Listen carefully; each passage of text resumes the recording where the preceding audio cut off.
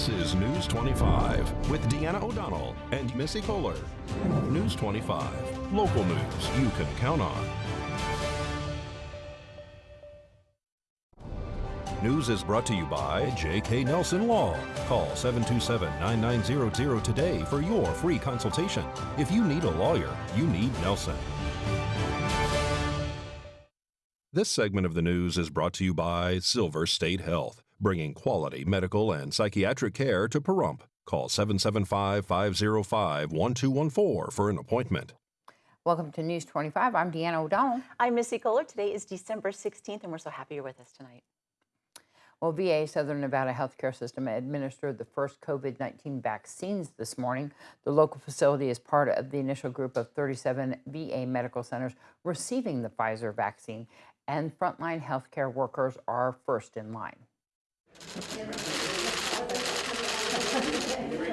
This was the first day, the first rollout of the Pfizer vaccine for COVID-19, the mRNA. And we are going through all of our high-touch, essential employees, ED physicians, critical care physicians, people who do high-risk procedures, covering them in the first batch of vaccine that we've received. Part of the reason we received the Pfizer, besides the fact that it was approved first, is because as an institution, we have the infrastructure, the logistics, the personnel, the refrigerators to be able to distribute this vaccine quickly and safely. We've already done the survey for all of our employees. We know, based on where the employees work, how high risk they are. So all of that information is already in place. We didn't need to do that and delay the rollout of the vaccine, which is why we received the Pfizer vaccine. We anticipate the Moderna, but we don't know for sure. In our first batch, we received 975. And we will, because we're being safe about it, be distributing 250 per day for the next 4 days. Everybody is excited about it because I think this is the first step in the road to recovery. Naturally, people have a little bit of concern about the safety of the vaccine, and that's understandable. In addition, there are people who are in that category that weren't studied. Pregnant patients, lactating mothers, immunocompromised people, and people who have had severe allergic reactions to something else in the past. We have a total of 3,000 employees. Again, not all of them are frontline, clinical, or essential. Once we cover that initial clinical batch, we will start to distribute the vaccine to our veterans. One of the things that we have done well here is plan. So in terms of all of our critical services, emergency room, critical care, nursing services, we stagger the rollout. That way not everyone, even if they start to feel a little bit tired, will get the symptom at the same time. And therefore we can continue to do what we've been doing very well. Well, VA Southern Nevada Healthcare System diagnosed the very first COVID patient here in the state and the very first COVID patient within the VA system. So it's fitting that the local VA Medical Center is also the first to offer the COVID vaccination. The Board of County Commissioners met yesterday. Director of Emergency Management Scott Lewis reported to the board regarding the status of the COVID-19 outbreak. Commissioners, I'm going to keep this relatively short. We have a working structure fire. Our COVID trajectory has remained elevated since my last report, and this includes additional deaths. Nye County continues to be flagged due to the increase in significant increase both COVID cases and the test positivity rate. Since my last report, we have increased 312 cases in Pahrump from 1241 to 1553, and there's additional cases coming in this morning. Amargosa is at 46, Beatty is at 18, Tonopah has risen to 85, Smoky Valley is holding steady at 7, and Gabbs has 1, and that was a non-Gabbs resident. So we are managing a total of 1,688, including 32 deaths, and there's additional deaths in the pipeline. Hospitalization in Pahrump remains challenged with experiences up to 90% capacity, and our hospitals are filled with some of our patients in Las Vegas that are also on ventilators. They do have some underlying conditions such as diabetes, cardiac, and respiratory histories. Although I will tell you recently we had several that went into cardiac arrest that we responded to and provided care, and they did not survive, and they did not have any comorbidities. Our target hotspots include the Pahrump Skilled Nursing Facility, educational or institutional, including hospital and detention centers, family, large families, family gatherings, and activities associated with families. Testing continues to remain high. And as I shared with you during my last presentation, that was a great concern to us because the more numbers you have testing, the more we are coming back positive, and that came to fruition. Under Warp Speed, we're expecting delivery of the 2-phase Tier 1 vaccines this week, and they will be distributed accordingly to our local hospital. Both require 2 vaccinations with at least a 21-day separation. If you recall, that was the Pfizer and the Moderna, and both are available to us within the next 2 weeks.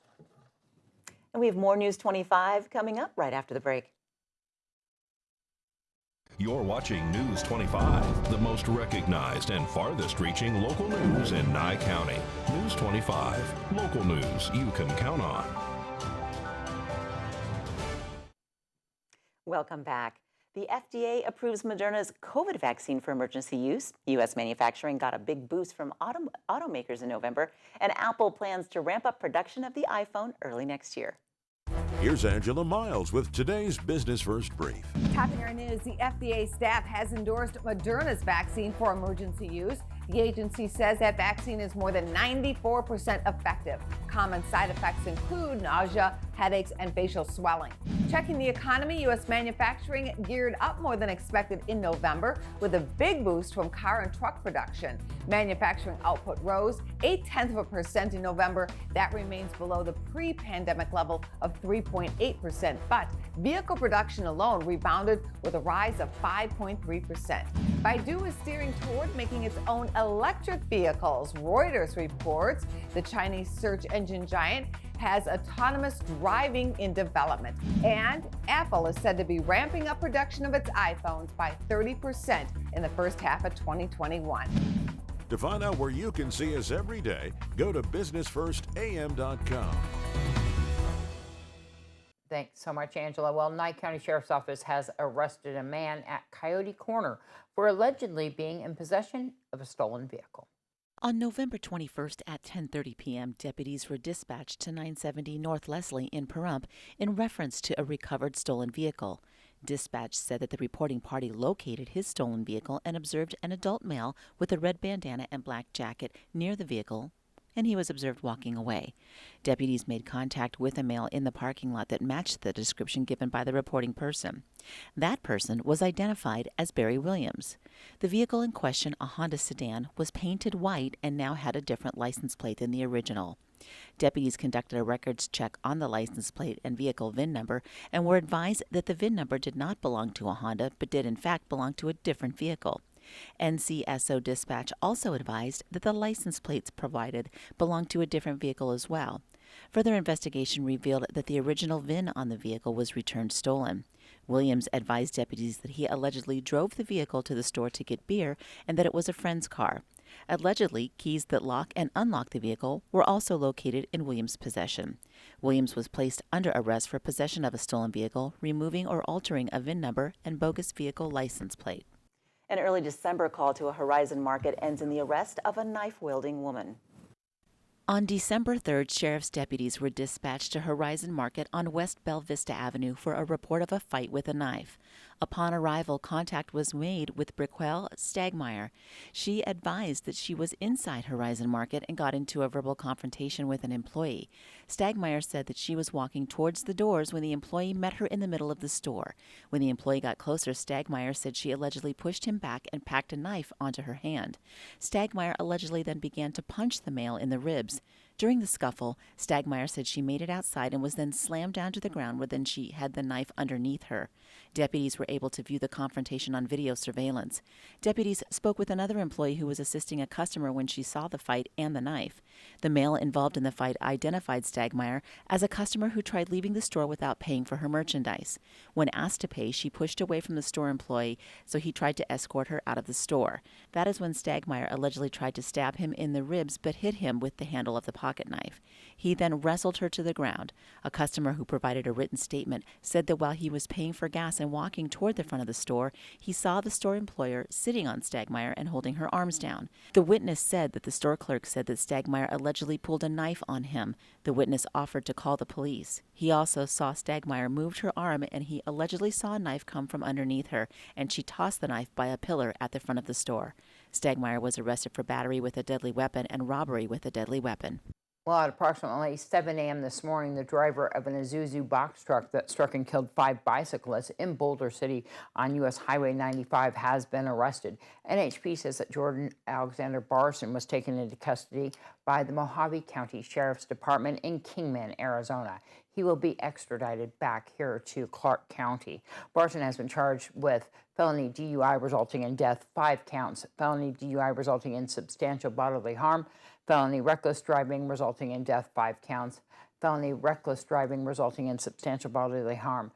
Jordan Alexander Barson is currently in custody at the Mojave County Jail. All 5 bicyclists were struck and killed and all died of substantial bodily harm. A late November alleged domestic disturbance call leads deputies on a vehicle chase. On November 28th at 2:45 a.m., Nye County Sheriff's deputies were dispatched to an address in Pahrump for a report of a domestic. Upon arrival, deputies were advised that both parties involved had left, the female in an unknown car and the male left in a dark-colored, older model 2-door pickup. Witnesses said they did not see anything physical, but they were not in the same room as both parties. While driving around the area, deputies located the truck in question traveling west on Mance Road. Deputies turned around to catch up with the truck, noticing the truck had no registration. A traffic stop was initiated, at which time the vehicle allegedly sped up and failed to yield. The driver, identified as Brandon Hall, came to a stop at Simmons and Gamebird Road, where he was immediately placed into custody. Hall was determined to be involved in the domestic disturbance. He was placed into custody and read his Miranda rights. When asked why he ran from police, Hall allegedly said that he, quote, just didn't want to deal with it and was tired of it, end quote. Hall was transported to Nye County Detention Center without incident and booked on driver disobeying peace officer and endangering another person, failure to yield at a stop sign, basic speeding of 21+ miles over the posted limit, and operating an unregistered vehicle. More on COVID vaccines coming up in your health report just after the break. So stay.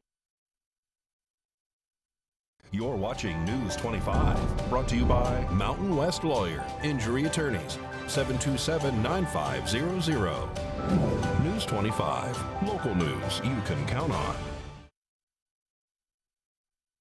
News is brought to you by Canyon Ridge Periodontics. Give them a call at 702-966-0302. Welcome back. Well, there is finally a light at the end of the COVID tunnel. As we told you earlier in the broadcast, the first coronavirus vaccines are being distributed across the United States. Cleveland Clinic's Dr. Kristen England hopes this is the beginning of the end of the pandemic.